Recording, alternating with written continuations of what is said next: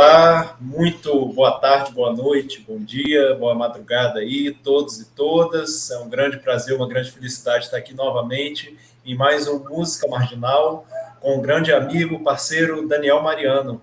Boa noite aí, Daniel.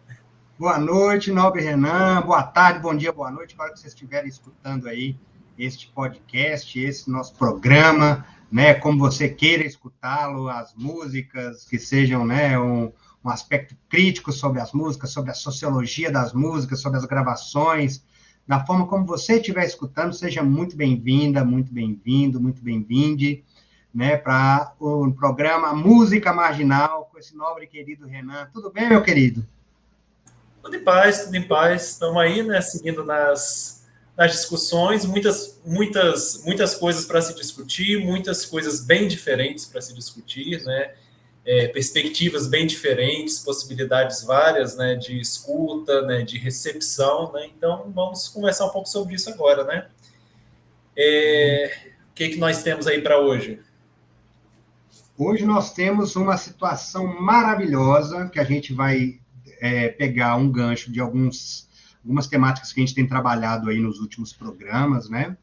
Que é, novamente, com um dos projetos fenomenais que você tem me aplicado aí, né? Do contexto do Vaporwave, inclusive que a gente falou na semana anterior, e vamos falar de um clássico, mas que hoje, né, é quase que um maldito, né, da MPB, um maldito da Jovem Guarda, que era aquele que sempre esteve o amigo do rei, né, um grande amigo de fé, irmão, camarada, Erasmo Carlos. É isso mesmo? É isso aí. Continuando a lista, estamos hoje aqui nos números 93 e 92.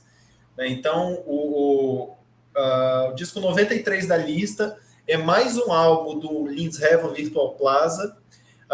Na verdade, esse álbum ele acaba sendo meio que uma grande exceção aqui, né, dos lançamentos que a gente tem mostrado, porque ele é um álbum lançado em 2020, mas na verdade ele é uma coletânea de duas faixas grandes que ele lançou em 2019. Né? Então é um raríssimo caso aí de um álbum que não foi originalmente concebido como tal, né, mas que e foi coletado em 2020, né, virou uma coletânea em 2020, né, de duas faixas longas dele, né, duas faixas de 2019, que são, né, qual é o nome desse álbum, dessa coletânea? É o nome das duas faixas, né, que é Sign Off Meditations, que é o nome da primeira, né, Sign Off é tipo cancelar a assinatura ou sair fora, né, e tal, despedida, algo nesse sentido, né, então seriam as meditações da despedida, né, ou mesmo do cancelamento de assinatura, porque como tem todo um diálogo, né, com essa questão tecnológica também tem essa duplicidade de sentidos, e o outro é o NTSC Redacting, né, que é outra faixa longa,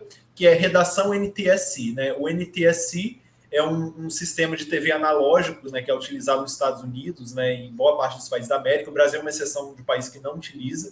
Né, então a gente vê que no título de ambas as faixas, né, que compreende essa coletânea de duas faixas, nós temos aí todo esse aparato tecnológico nos próprios títulos. Né, e aí na música nem se fala. Então esse é o Linz Heaven Virtual Plaza, Sign Off Meditations / NTSC Redacting, e o número 92 da lista, que é o álbum de 1978 de Erasmo Carlos, né, já é seu 12º álbum de carreira, né, em 78, né, o primeiro álbum dele é do início ali dos anos 60, e que é o Pelas Esquinas de Ipanema, de 78. Né, então, passa a palavra aí, Daniel, à vontade, por qual que você quer começar, o que você quer dizer. Bom, são dois álbuns divertentes, assim, completamente diferentes. A única concomitância, né, que posso observar entre os dois, e o objetivo não é esse, né, observar convergências, mas vejam uma coisa interessante, que é isso, né, um é da década de 1970, já no final ali, quase 80, né, e que tem uma característica original, né, de uma sonoridade da época, até a própria capa, né, aquele momento que o pessoal tirava foto, né, de corpo inteiro, era a foto do artista, tinha que estar na capa, né, e às vezes não tinha um nome bem pequenininho aqui, mas com letra quase como é que chama, de datilografia, né, uma coisa muito um conceito visual muito retrô, né? Tipo o Erasmo Carlos com a camisa meio aberta, assim, meio hip chique, né? Olha ele aí, ó. Ah, e com o símbolo da Coca-Cola em cima, né? Assim, é igual hoje, você fala assim, tira uma foto minha, ele pediu para algum transeunte ali tirar a foto e virou a capa do disco, né? Algo nada conceitual, né? Ah, vamos bater umas fotos ali, tá até aqui a esquina da Rua Montenegro, com alguma outra ali, né? Tanto que chama Pelas Esquinas de Ipanema, então a gente deduz que seja aí no bairro de Ipanema, né? Indicando ali, inclusive, o caminho que vai para a Lagoa, né? Acho que é a Rodrigo de Freitas, né? E a Avenida Brasil, os encaminhamentos. Então, pelas ruas de Ipanema, tem um carro bem antigo ali, não sei nem qual precisar, mas um carro, né, daqueles enormes, né, um sedã, que chama, um carro não é minha praia, viu? Mas você vê que ele tem já, pelo menos uma estética, né, e a estética visual dos álbuns são coisas assim, né, imprescindíveis, como a gente pode bem lembrar, né, de, por exemplo, bandas, né, igual o Pink Floyd, ou o próprio Iron Maiden, por exemplo, né, que, tipo, a capa chega a ser até mais impactante que o disco. Em alguns dos casos, né? Mas a capa diz muito, assim, o conceito visual de um álbum, ele é algo extremamente importante, assim, de fazer com que um álbum seja uma obra, né? E não só um compilado de várias músicas, né? A ideia é coisa que a gente já discutiu nos primeiros programas, né? O que diferencia um álbum, por exemplo, de um disco, né? Quando a pessoa pensa, tem uma questão conceitual que vai desde a parte gráfica até a parte da própria apresentação do show, a sequência do repertório. Quando tudo isso muito bem pensado, traz uma qualidade, né, assim, integradora do álbum como um todo. Que é diferente, por exemplo, é lógico, você vê que pela foto e pelo título, né, Pelas Esquinas de Ipanema, e uma foto dele numa esquina de Ipanema é até uma conexão hiperliteral, né? Só que é aquilo, é um conceito de época que era próprio da época na qual ele gravou esse disco, 1978, mas é também um resgate do álbum Lindsay Heaven Virtual Plaza, né, do projeto Lindsay Heaven Virtual Plaza, que traz justamente, remete a uma questão conceitual ali do início de 1980, né, na mesma, embora assim, ele seja de 2019, você vê que uma das faixas é justamente, né, 1982, eu estou falando aqui já em português, né, porque o título, na verdade, é em inglês, né, deve ser 1982, plus... Exato. Inclusive, eu esqueci de falar, né? Que o nome, na verdade, da faixa é Sign Off Meditations 1982. Né? Então, o nome completo, né? Tem um ano, né? Então tem essa coisa bem apontando para o retrô lá atrás, né? 1982. E essa questão do NTSC, né, era uma condição mesmo que vinha, né, na época da fita cassete, né, do vídeo cassete, que você colocava ela ou algumas fitas de vídeos vinham, né, nesse formato NTSC, ou vinham em PAL-M, né, Palm. Aí você tinha que, na hora ali, fazer uma mudança, né, se fosse uma fita cassete que viesse de outro país, ela rodava no seu videocassete ou não, né? Então, você vê que todos fazem uma referência enquanto sonoridade, enquanto conceito, né? O disco do Erasmo Carlos, Pelas Esquinas de Ipanema, o que era próprio da época, então não foi algo, tipo assim, do que era a moda no momento. Faz, né? Tanto você vê que, aparentemente, quando você vê, não tem muita preocupação estética com a capa. É a roupa que ele saiu da rua, desceu do apartamento dele, ei, vamos fazer uma sessão de fotos aqui? Já o Lindsay Heaven Virtual Plaza, né, neste o Singing of Meditations em 1982, ele traz também, para quem viveu esse momento, né, da fita cassete, né, que era tipo um ruído que dava na imagem, né, com uma coloração também bem saturada, né, de um roxo, com os azuis bem saturados, inclusive com a indicação do play, né, ou seja, que era o momento quando a fita cassete estava rodando, né? Então você vê que ele busca essa referência, não só na parte visual, mas na concepção, né, inclusive, do próprio Vaporwave, né, que é mais ou menos onde, né, não que ele buscasse se integrar, mas como você bem citou em outras situações, né, foi onde ele acabou fazendo as publicações, né, dentro de um contexto de coletâneas, né, de uma distribuidora que trabalha especificamente com Vaporwave. E pela indicação aqui que você mesmo deu, Renan, esse Vaporwave Tapes Brasil é que faz, inclusive, essas gravações em formato de fita cassete, é isso? Fita cassete, que é a fita de áudio, né? Isso. A de vídeo é a VHS. VHS. Justamente. Então, você vê que, em termos, assim, da gente introduzir os dois trabalhos, né? Embora não seja pretensão nenhuma buscar essa conexão, mas acho interessante situar, né, este contexto do que era ali, né? Um conceito gráfico e enfim, a gente poderia dizer audiovisual, né, da época, porque tem toda uma questão de sonoridade, dos recursos técnicos de gravação da época, e um outro ponto que atualmente as pessoas buscarem fazer com aquela tecnologia para buscar um som retrô, mas ao mesmo tempo fazendo aí uma antropofagia, né, cultural, ou seja, não é tentar reproduzir as coisas da época, como se fosse uma banda cover, mas fazer peças atuais.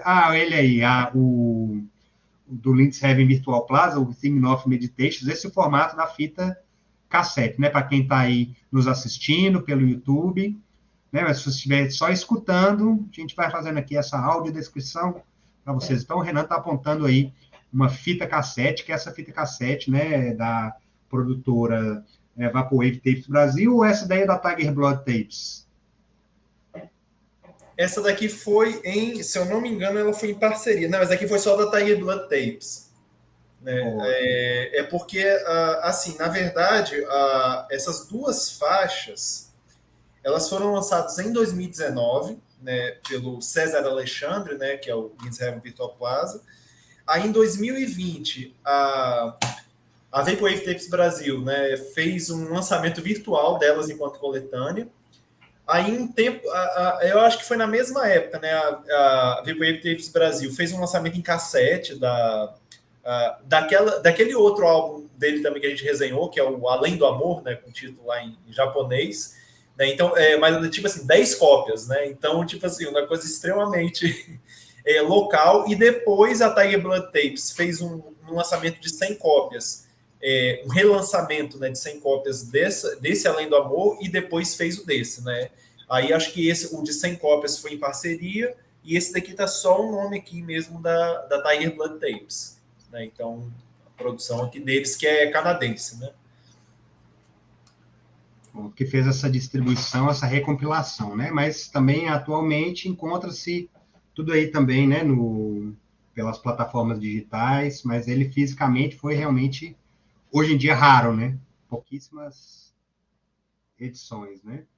Mas tem aqui, né, no próprio YouTube, né, em outras plataformas aqui, como você bem indica, né, na Bandcamp, que é uma plataforma também, né, do qual as pessoas podem, os artistas, né, podem deixar ali disponíveis suas faixas. E, assim, essa é uma introdução, né, de como está disposta provavelmente este também do Erasmo Carlos deve estar em todas as plataformas, né, digitais.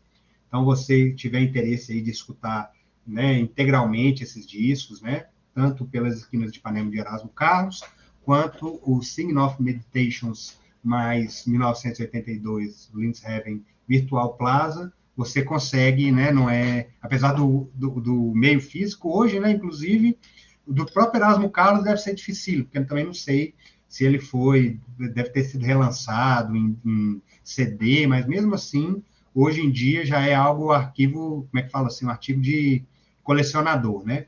Quem o tem. Bom, palavras iniciais com relação a esse processo. Renan, que tem um contato, né, já de longo prazo com esses discos, né, uma escuta mais ativa. Vou perguntar para ti. A gente começa com qual? Olha, podemos... o que você achar melhor? Você que manda. Pô, então vamos começar pela ordem cronológica. Que tal a gente começar falando de Erasmo Carlos, o amigo do rei, né? Que rei é este, meu amigo? Simplesmente o rei, né? O rei de tudo. O rei de tudo, o dono da coisa toda. Então, Erasmo Carlos ele veio, né, dessa questão da Jovem Guarda, né, um artista ali nascido na Jovem Guarda, né, embora ele, tanto ele quanto Roberto Carlos, quanto Tim Maia, né, antes da Jovem Guarda, né, porque na verdade a Jovem Guarda foi um movimento jovem ali criado, só que alguns dos artistas que estavam na Jovem Guarda eles já estavam ali há algum tempo, né, fazendo outro tipo de música, não necessariamente a Jovem Guarda brasileira, com aquela pegada brasileira, com aquelas levadas bem específicas, né, que foram realmente estipuladas ali por uma série de músicas e bandas, né? Então, o Renato e os Blue Caps, que foi a grande banda da Jovem Guarda, né? Mas antes disso, o pessoal estava na ativa, né? Então, eles tinham seus grupos, né? Tinham suas bandas de baile, né? O Twist estava bem alta, né? Entre a juventude brasileira no início dos anos 60, e era uma época também que a divisão das tribos, né? Então, que era essa questão, né, de você tinha a bossa nova acontecendo, você tinha a música da velha guarda acontecendo, né, dos grandes cantores da rádio, do samba, né? Então você tem muita coisa acontecendo ao mesmo tempo. E aí o Erasmo Carlos, né, ele surgiu nesse meio, foi um dos grandes nomes, né, da Jovem Guarda ali desde o início, né? Tanto que a Jovem Guarda, né, o programa Jovem Guarda, né, e a Jovem Guarda como um todo, não fez justiça a todos os nomes e ficou aquela, né, a divina trindade e tal, né, que é o Roberto, Erasmo e Vanderleia, né, que ficaram sendo os grandes nomes da Jovem Guarda, embora tenham muitos outros nomes importantíssimos aí, né, inclusive o nome de grupo, né, o Renato e os Blue Caps, né, o próprio Renato Barros e tal, que ficaram atuando em um contexto mais conceitual geral como coadjuvantes, né? Então, assim, ele foi um grande nome da Jovem Guarda, mas a Jovem Guarda se viu colapsar em muito pouco tempo, né? Como todo produto, assim, um produto comercial, de vendagem rápida e tal, né? Embora tenham bons álbuns da Jovem Guarda, mas era mais um produto de venda, né? Tanto que você pega o grosso dos grandes artistas da Jovem Guarda, os álbuns não são uma coisa... é difícil você achar um álbum bom como um todo, né? Fazendo uma conexão, né, Renan, para a contemporaneidade aí com o pessoal que não é dessa época, né? Seria praticamente o BTS, né? Seria o K-pop, né? Dos tempos da década de 60, por conta dessa condição, né? Assim, já foi um produto, já veio formatado, ele já vem enlatado para a gente, né? Muitas das composições da Jovem Guarda eram versões do chamado Ye, Ye, Ye, né? Daquela fase inicial dos Beatles, muita versão, né?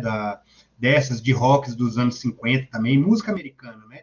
Como um todo, e versões brasileiras, é lógico, outras originais, mas com uma identidade jovem que ainda era uma pré-cultura hippie, ou pré-contracultura, né?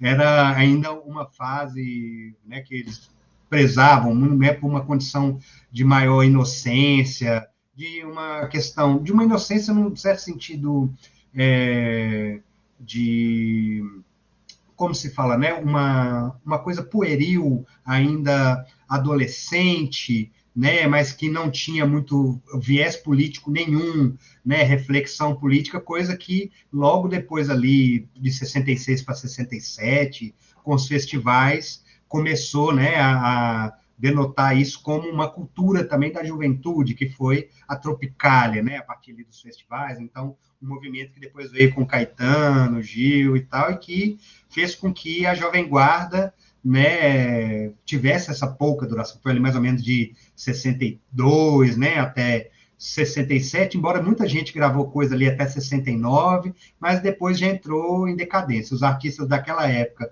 para poder dar continuidade na carreira, precisavam se reinventar, né? E foi uma das situações, nessa proposta de reinvenção, um dos mais bem-sucedidos, principalmente assim, de forma realmente artística, que buscou alternativas estéticas, porque Roberto Carlos, ele foi para o lado da música romântica e está nessa até hoje. O Erasmo foi um camarada que se propôs a experimentar e, enfim, teve seu nome relevante, inclusive gravações, ele ainda é dos poucos que está em atividade, né, lançando álbuns até recentemente, embora, né, assim, buscando pegadas mais atuais e tudo mais, então ele hoje não está preocupado com venda de disco, né?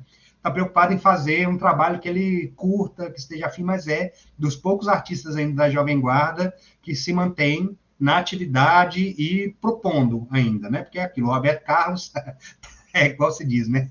Sai, o pessoal descongela ele ali no começo de dezembro e bota para poder fazer o show do final do ano, né? Enfim, ele já é um outro, é o ápice, né, do mainstream, porque ele é contratado de uma empresa, da maior empresa de mídia, né, das maiores da América Latina. Então, ele é um contratado da Rede Globo que faz, né, que está com a vida ganha ali. Ele não precisa...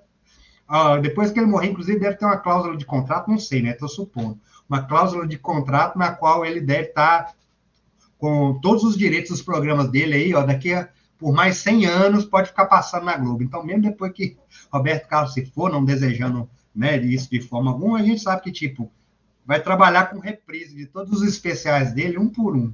O que é válido também, né? Um artista fenomenal, mas que o Erasmo Carlos, que é um parceiro grande, sempre quando fala-se de Roberto e de Erasmo, não tem como, né, apagar a relação de um com o outro, uma ótima relação ainda hoje, porque muito do sucesso do Roberto Carlos são de composições também do Erasmo, e o Erasmo em si também, né, na sua carreira tem vários aí sucessos, né, reconhecidos, tanto na voz do Roberto Carlos quanto na sua própria voz, só que ele é um artista que ousou, né, coisa que nesse de 78 não tem essas remanescências, né, da Jovem Guarda, como vários artistas da época só conseguiram fazer isso. Vou ser um cover de mim mesmo, das coisas que eu fazia quando eu tinha 20 anos de idade, né? O cara com quase 80 cantando, né? Enfim, faz parte também, mas no caso é ressaltando esta capacidade, esse desejo de reinvenção, de novas proposições do Erasmo. Ponto.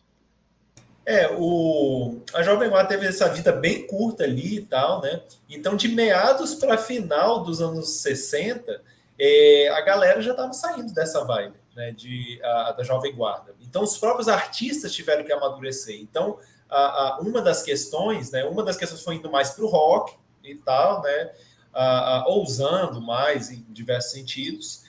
Muitos continuaram repetindo a mesma fórmula, o que não deu muita sobrevida aos projetos. Mas a gente vê muito, né, a questão que aconteceu com alguns cantores, né, especialmente aí Roberto Carlos, mas também Paulo Sérgio, outros e tal, né, que foi indo mais para uma música mais romântica, né? Isso aconteceu com Rony Von também, mas Rony Von foi só depois que ele teve a fase psicodélica, e depois foi voltando até que ele virou o Julio Iglesias brasileiro, né? Assim, de fato mesmo, né? Ele foi contratado novamente para ser essa figura do cantor romântico, né? E Erasmo Carlos foi um cara que e isso é muito trazido por ele, um cara que ele foi muito inquieto, né? Porque ele sentia essas travas e tal, né? Tipo, o que eu vou fazer agora? Ele se preocupava com isso, de se reinventar. Embora exista, né, uma trilogia de álbuns dele entre 70 e 72, né? Inclusive 3 álbuns dele, junto com o de 68, que foram relançados, são álbuns altamente cultuados, né? Depois de um breve período assim, de álbuns não tão inspirados, ele surgiu com esse álbum de 78, né, o Pela Esquina de Ipanema. Esse álbum, para mim, o grande trunfo dele, claro que é uma questão casada com as próprias composições, mas para mim o grande diferencial dele, o grande trunfo desse, que é o 12º álbum da carreira dele, Pelas Esquinas de Ipanema, é a questão dos instrumentistas, né, porque ele realmente tem um time de sonhos com ele, né, o Robertinho Silva na bateria, o Liminha no baixo, o Paulinho Soledade no violão e o Antônio Adolfo, né, com os arranjos e teclado. Então, assim, a grande graça do disco, né, não está as composições em si e tal, embora eu também, em um raro lampejo aqui, eu vou falar um pouco sobre letras também, né, coisa que às vezes eu deixo meio que aqui de lado, né. Mas uma das coisas incríveis desse disco é, tipo assim, quando você ouve as composições, você fala, gente, se não fosse esses caras tocando, se fosse um arranjo mais basicão, o negócio nem ia ter graça, né? As composições, no fundo, elas não são tão inspiradas assim, né? Muitas delas são parcerias entre Roberto Carlos e Erasmo e tal, mas os arranjos e a execução dos instrumentistas e tal é o que rouba a cena o tempo inteiro assim, no disco, né? o disco inteiro é cheio de interlúdios instrumentais, refrões e tal, apoteóticos e tal, né? Então, o grande diferencial desse disco na carreira do Erasmo é a questão de arranjos mais ousados, assim, dos músicos ali fritando mesmo, né, e tal, e tocando, indo junto, fazendo a música ter uma dinâmica, né? Então isso daí que é a grande graça do disco, né? Então, por exemplo, né, só trazendo assim, alguns exemplos, né? Por exemplo, a primeira música, Panorama Ecológico, é uma música que ela tem um refrão instrumental maravilhoso, a pegada é muito massa, mas se você observa para ver a letra e tal, é um negócio meio forçadão, assim, tipo assim, o cara falando um monte de nome de peixe, de ave, de planta, de flor, é forçado e tal. E a melodia não é lá essas coisas e tal, mas o arranjo, a produção, a execução dos instrumentistas leva aquilo que você fala, cara, isso é de longe uma das melhores músicas dele e tal, né? Mas por essa questão dos arranjos, né, e da execução do que da música em si. E isso acontece ao longo do álbum, só que assim, vamos fazer justiça, né? As composições elas têm momentos muito bons. Aí, nesses momentos muito bons, os caras vão cair matando, né? E é muito bom o que eles fazem, né? Daniel? Então, seria praticamente assim, o álbum do Erasmo Carlos é ótimo, se tivesse sem ele, seria fenomenal, né? Porque a questão é ele Pois é, que né? a letra e ele cantando é o Não, que... mas ele cantando é legal, ele cantando é legal. É o que eu falo assim. Tem muita composição do Roberto, do Erasmo e dos dois, que são composições assim, composições descartáveis, banais. E essas desse disco, elas tendem a isso, né? Mas elas têm seus toques interessantes e que são muito bem valorizados, né, pelo grupo, né? Tem a segunda faixa, né?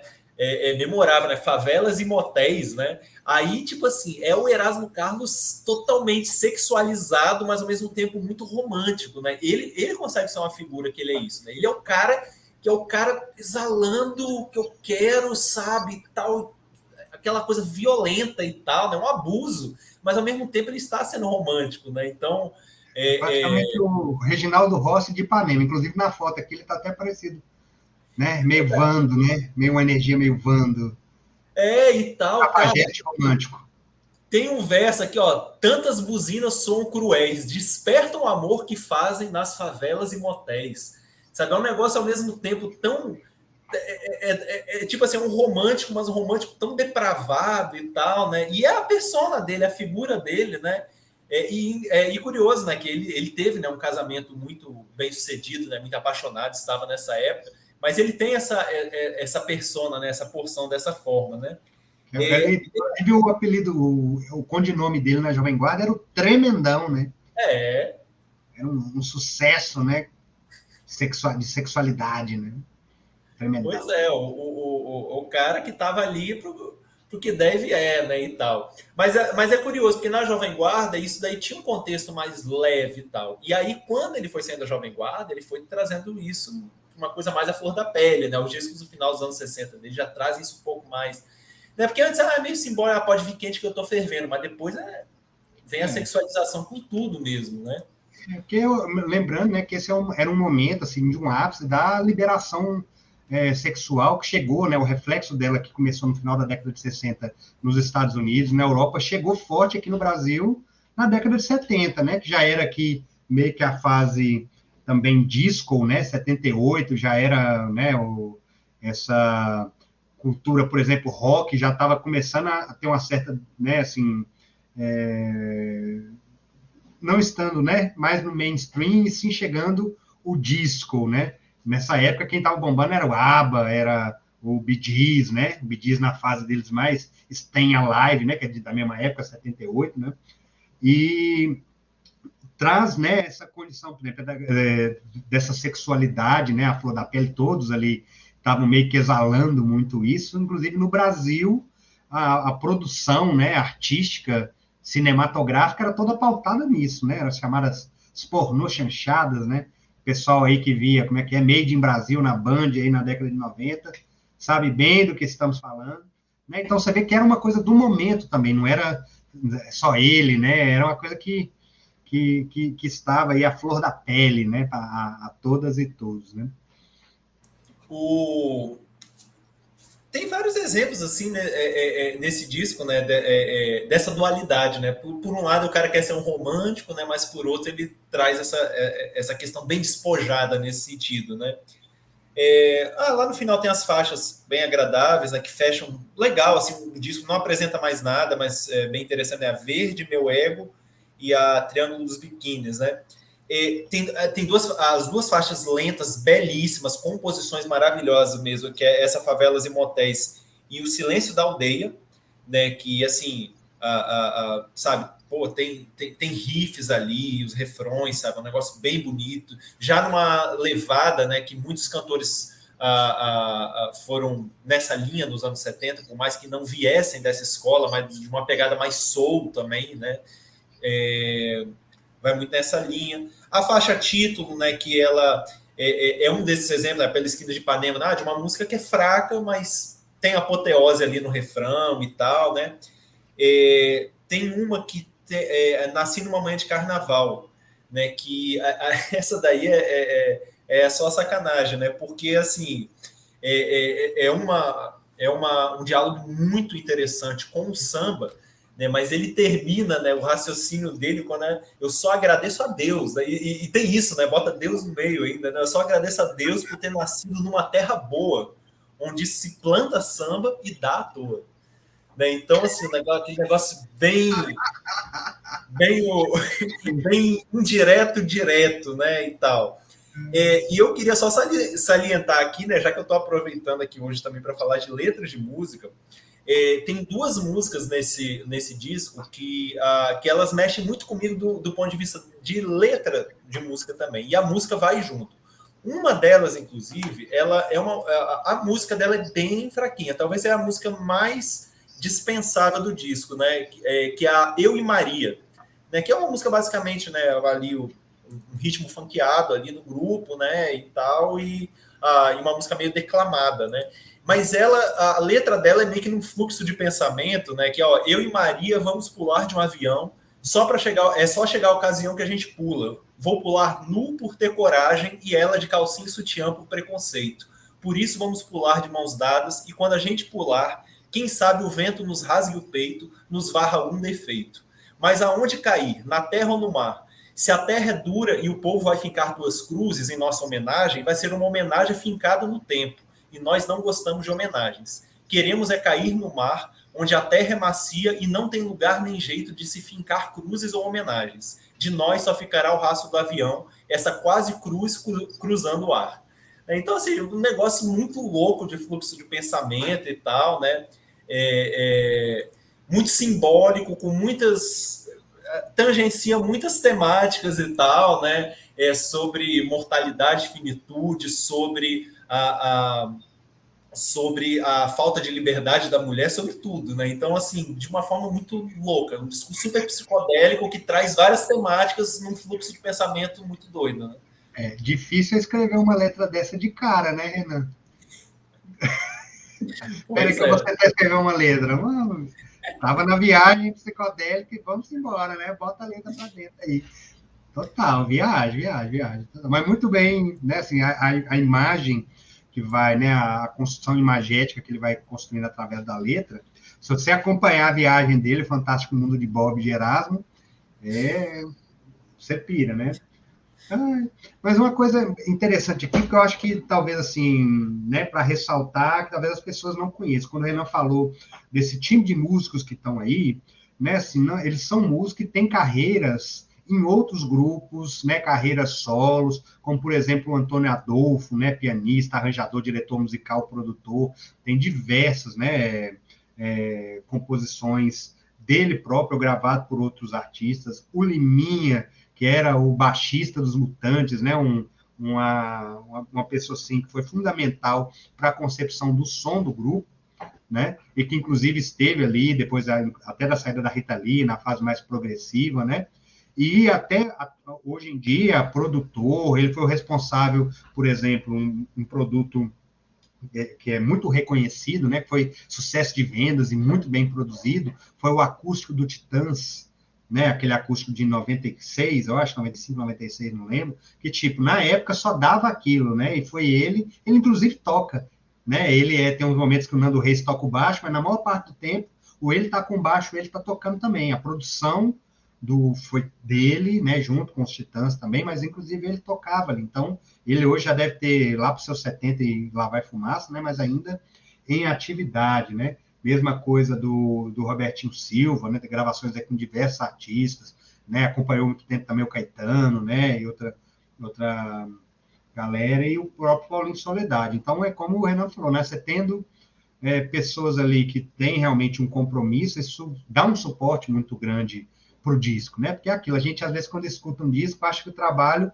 é só do artista principal, né? Mas é aquilo, tem toda, né, uma construção, uma concepção atrás, até mesmo para um disco ser muito bem divulgado, bem sucedido, isso depende não da qualidade do disco, mas da qualidade da equipe de distribuição, de produção, de assessoria de imprensa, né? Então, né, para a gente ter essa dimensão que nunca um trabalho artístico ele é um trabalho de uma pessoa só. Embora muitas vezes só apareça o nome dessa pessoa. O disco do Erasmo Carlos, mas assim, é tanta gente por trás para poder fazer, né, com que isso aconteça. Então, só para ressaltar mais uma vez, né, as figuras emblemáticas que estão ali, que trazem, né, apesar das construções das letras, né, virem nesse fluxo, né, mas o material mesmo, né, que é inclusive objeto aqui das nossas reflexões, né, que é sobre o material sonoro, né, do produto musical que está ali presente, ou do produto artístico, né, que engloba todas essas questões de concepção visual, né, da estética como um todo. Quando você tem uma equipe muito bem, né, engajada e de pessoas talentosíssimas, né, até o que é ruim fica bom.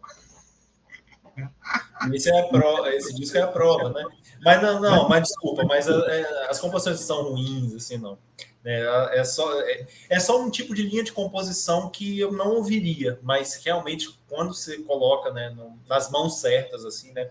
E salientando aí, né, o Robertinho Silva, né? O Robertinho Silva é o baterista que toca no álbum Clube da Esquina, nos álbuns solo do Beto Guedes, do Loborges, né? Então é um cara aí muito experiente, né? Geralmente onde ele está, assim, o negócio, né?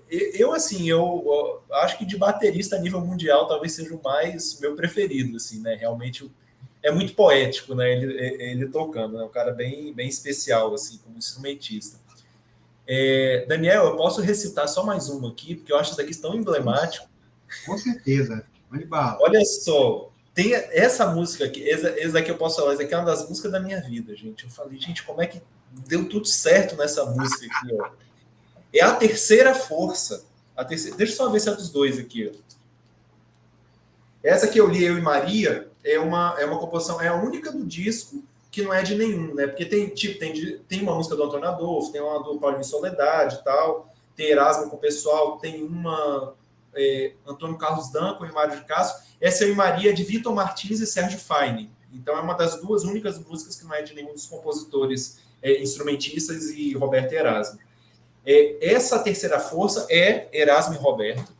Cara, essa música, eu acho que tudo dá certo nela, porque é uma música divertida, é uma música alto astral, é uma música de esperança, mas ela traz uma discussão, uma reflexão muito legal, que eu acho, né, de algo, né, que o nome da música é A Terceira Força, né? Hoje em dia tá tão gasto, né, a terceira via, né, e tal, né? Tudo é a terceira via, tudo é a terceira força, né? E ele deixa no ar o que essa terceira força pode ser, pode ser tudo, pode ser nada, e no final das contas depende de você, meio que isso, né? E eu acho isso tão legal, ou seja, você não terceiriza a terceira força para uma outra coisa. Vai ser a religião, vai ser Deus, vai ser a filosofia, vai ser a economia, vai ser a política, vai ser a maçonaria, vai ser isso. Não, a terceira força é o que você quiser e só depende de você, né? Então, cara, essa letra aqui, ó, de um punhado de barro, Deus fez o mundo sem cercas, fez voar quem ele quis e disse para o que seria o homem. Aí fala de Deus, né? Ó. Vou te dar inteligência só porque não te dei asas, trovoada para que sintas medo e forças para ser sua fraqueza. Não serás donos dos filhos nem da terra, vive em paz com tua gente, que o amor te encerra. dou-te frutas e raízes, dou-te sombra e água doce e fresca, usa a luz do seu sorriso e, sem guerra, faz da minha terra teu paraíso. Aí termina a citação de Deus. Por culpa do primeiro homem, não ouvindo essas últimas palavras, eu estou aqui gastando versos para falar da coisa errada. Seja de energia pura, seja o Cristo Redentor, ou seja um disco voador. Apareça para dizer uma vez mais o que se faz para se viver em paz. Porque, aí entra o refrãozão apoteótico, né? Aí só uma terceira força pode acabar com isso, por favor, apareça logo, mostre o paraíso, apareça logo. E é isso. Ou seja, é um clamor para o que vier de força externa, ou para cada um, né, com o seu interior, tipo assim, faça vir o que vai tornar a humanidade melhor, né? Então, tipo assim, é uma música de esperança e tal, muito bem construída, a música é muito boa, a letra é muito boa, né? Então, achei bem significativo, né? É isso, acho que eu falei tudo desse disco aqui que eu tinha que falar, já mostrei o disco aqui bastante, né? Uma cópia bem surradinha que eu tenho dele. Não tem relançamento em vinil, é só a cópia de 78, acho que tem um lançamento em CD, se eu não me engano eu vi, né? Mas é isso, né? É um dos discos esquecidos. É um disco que tem todas as credenciais, né? Para ser, um disco top. Acho que é o primeiro na lista aqui que eu posso dizer isso, né? Um disco que tem todas as credenciais para ser considerado um clássico da música brasileira, mas meio que ele é esquecido, né? Eu descobri ele ouvindo a discografia do Erasmo Carlos e eu, caramba, nunca vi ninguém falando desse disco, né? São super valorizados o álbum dele de 68, os de 70, 1 e 2, né? Que foram relançados e tal, são muito cultuados, mas esse disco de 78 aqui é meio esquecido, né? Mais alguma coisa, Daniel, sobre Erasmo? Só vou dar uma última palavrinha depois sobre o outro, né? Para comentar. E a gente... Isso, porque aí a gente, como o Lindshaven Virtual Plaza, ele já é um conceito que a gente já vem trabalhando, né? Já falou do projeto. O Erasmo é a primeira vez, né? Então a gente até trouxe mais evocações aí com relação ao Erasmo, a carreira dele, alguns apontamentos. E do Lindshaven Virtual Plaza, né? E como são duas faixas, é aquele contexto, inclusive, que a gente falou na semana passada, né? De uma perspectiva de audição que não é dentro desse chamado formato canção, que é o formato, né, que a gente já há algum século, né, pelo menos no mínimo um século, está mais acostumado com uma concepção de música. Né? A gente fala assim, ou seja, ou de uma música que tem um impacto, ou que não tenha um impacto nas pessoas de ficar com dúvida. Isso é música? Isso é trilha sonora de filme? Né? Isso é uma canção, cadê a letra? Quando é que vai começar a letra? Né? Então, ou seja, é justamente aquela concepção que a gente tem trabalhado assim, né, da pessoa escutar de uma forma com, né, assim, muita abertura, muita tranquilidade, de prestar atenção nos ambientes né, nas paisagens sonoras que estes álbuns vêm oferecer. Né? Porque é isso, ele vem oferecer justamente o Vaporwave uma noção para quem é aqui nascido no século XXI, né? Talvez não consiga ter uma concepção de como que era essa ambiência da década de 80, né? Essa ambiência audiovisual, dos timbres que foram muito próprios daquela época, e que, né, quem nasceu aí, você é do final de 80, ou já final de 80, né, Renan? 88. De 88. Então, assim, eu que sou de 82, assim, a gente, na década de 90, escutou muito, né, esse som do sintetizador, e que hoje, quem está usando, faz com uma característica retrô, para criar esse ambiente da década de 80, que é a própria proposta, né, do Vaporwave, que, inclusive, conceitualmente, o Lindshaven Virtual, o projeto Lindshaven Virtual Plaza, se apoia bastante, né? Embora também de uma forma totalmente livre, né? Mas usa muito dos elementos que estão presentes ali, né? Que foram muito fortes na indústria musical. É aquilo, né? Essa concepção dos sintetizadores, quando eles chegaram com força no final da década de 70 e 80, todo mundo usou. Usou que chega que abusou. Né? Chega que muitos artistas, assim, poxa, tem uma artista, Mercedes Sosa, cantora argentina, eu tenho um disco dela de 73, Homenagem a Atahualpa Yupanqui, que ele é fenomenal. São só violões com bombo legueiro, um negócio bem raiz, tradicional da música, né, argentina ali, que eles chamam de música folclórica, música criolla, né? Um violão um contexto. Aí quando você chega nessa fase aí do final de 70, 80, ela cantando Graças à La Vida com um teclado, assim, um sintetizador bem, sabe? Aí você fala assim, caramba, velho, como todo mundo... E assim, as gravadoras impulsionaram o uso desses sintetizadores a rodo. Chega que o pessoal abusou mesmo, que, né, enfim, depois que a tecnologia foi melhorando, porque o som, ele soa muito artificial, ou muito, na verdade, mecanizado. Tiveram, né, grupos que fizeram disso coisas fenomenais, como o alemão Kraftwerk, né, o grupo Kraftwerk, que se embasou nisso, né? É um som industrial mesmo, trazendo. Então, tem essa evocação do Vaporwave, né, além de outros trabalhos, né, pegam e modificam músicas da época, sampleiam, né, sons da época, mas não é o caso do Linz Heaven Plaza, do Singing of Meditations, 1982, que é feito, né, apesar de uma construção com samplers, com sintetizadores, é feito a partir de uma concepção original, né, de uma criação original. Conte-me mais, Renan.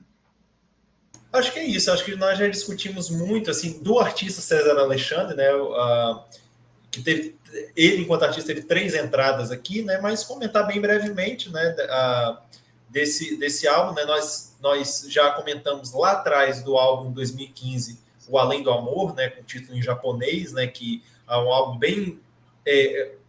um Vaporwave, Slushwave bem clássico, né, que tem aquele som bem para relaxar mesmo, bem chill out e tal. Discutimos na semana passada o álbum dele do Mount Hibik, né, La Brume Azul, que é totalmente ambiente mesmo, aquela coisa bem de ambiência, né?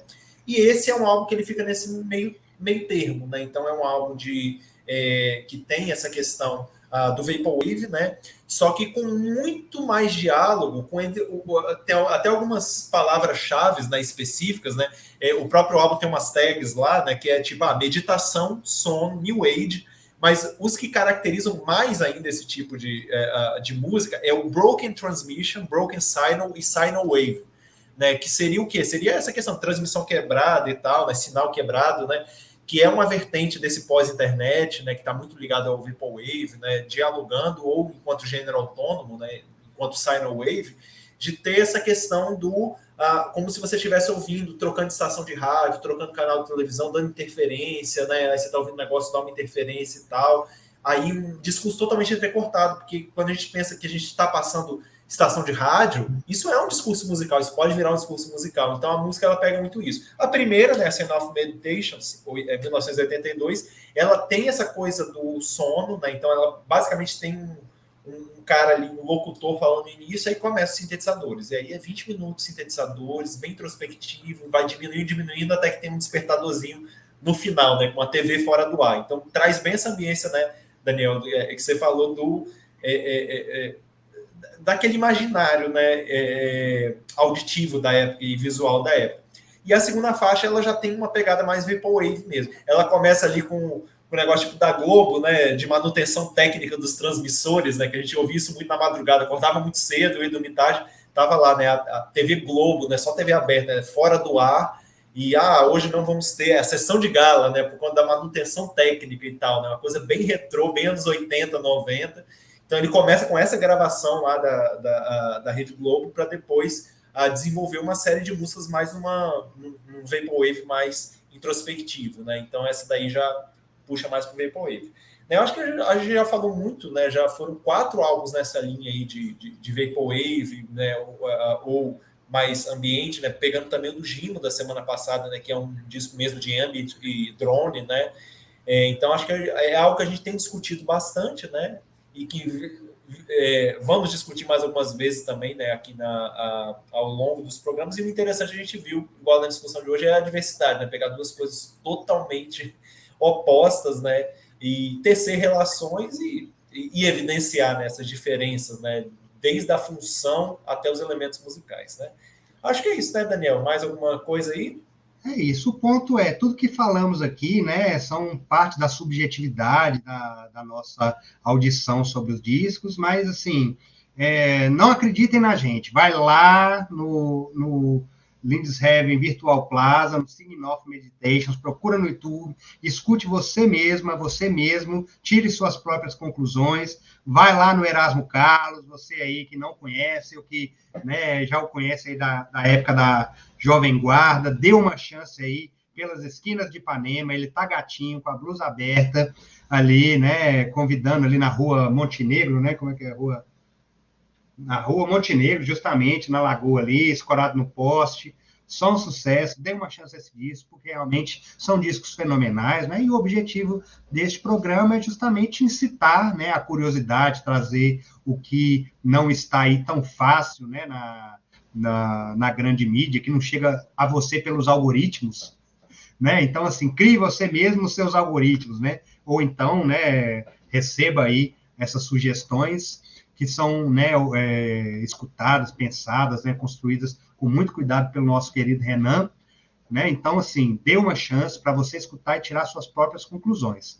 E lembrando sempre, né, siga aí o canal, aperte o sininho para você receber as notificações do NE360, nos encontre ali também no Instagram, @TVNE360 e @Música Marginal, nos siga lá para mais informações, né? E lá também no YouTube, no canal, você, se está chegando aqui pela primeira vez, vai conseguir ter acesso aos programas anteriores, né? E vá acompanhando aí, recomende para os seus amigos, se você gostar, se você não gostar, recomende para os inimigos, então compartilhe como você puder, né? Que é uma alegria para nós que esse material possa ser divulgado.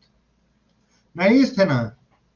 É isso. Muito obrigado mais uma vez pelo diálogo, pela parceria. Grande abraço aí, todo mundo. Só Até a sucesso. próxima. Cadê, Palheta? Sextou, meu amigo. Simbora! Ah.